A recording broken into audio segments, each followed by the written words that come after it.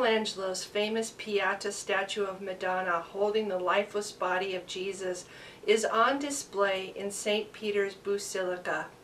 Michelangelo carved the work of art out of a single block of Carrara marble, beginning in late 1498 and finishing the following year. In 1972, it was attacked by Laszlo Toth after he hopped over a railing and beat the Pieta statue with a rock hammer a dozen times.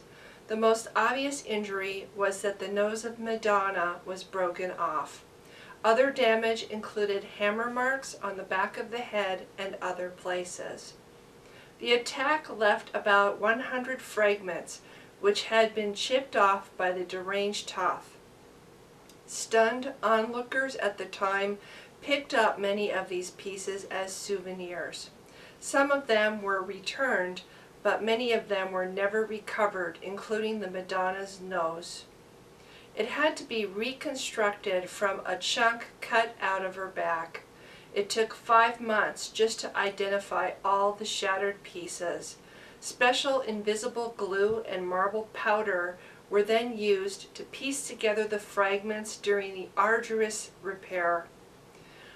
Marking the attack, the Vatican held a day-long seminar on May 21st, discussing the event and remembering the statue's delicate restoration. The Pieta is now safely behind bulletproof glass and is viewed by millions of people every year. The Catholic Church is putting both direct and indirect pressure on Boston College, a Jesuit university in America. Irish Prime Minister Enda Kenny was BC's commencement speaker and received an honorary degree. The church's representatives and politically conservative Catholics are upset with Kenny's support for legislation that clarifies when abortions are permitted in Ireland. Despite its long connections to the church, there is also an ongoing tension between the two entities. This isn't the first time that BC has hosted speakers that upset the church. Its School of Law invited Massachusetts pro-choice Republican Senator Scott Brown for commencement in 2010, and pro-choice Massachusetts Congressman Edward Markey in 2007. Prime Minister Kenny is responding to the high-profile tragic death of Savita Halappanavar last year in an Irish hospital. Halappanavar was 17 weeks pregnant when she had a miscarriage. She suffered 4 days and died after the death of her baby still in the womb. A possible lawsuit by her husband may affect the National Health Service, the hospital, and the Catholic Church in Ireland. Ireland's Supreme Court ruled in 1992 that abortion should be allowed only in case the mother's life is in danger. This restriction to access forces thousands of women to travel abroad for pregnancy terminations every year. Although not a theocracy, Ireland is a staunchly Catholic society with laws that reflect the doctrine of the Church. Official church teaching condemns abortion in all cases and allows no exceptions for rape, incest, or the life of the mother.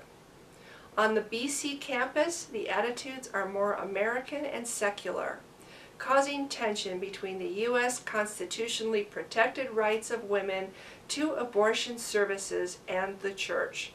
There has been an uneasy relationship between the Church and the wider Boston College campus community, writes Franciscan University of Steubenville sociologist Ann Hendershot in a recent WSJ article.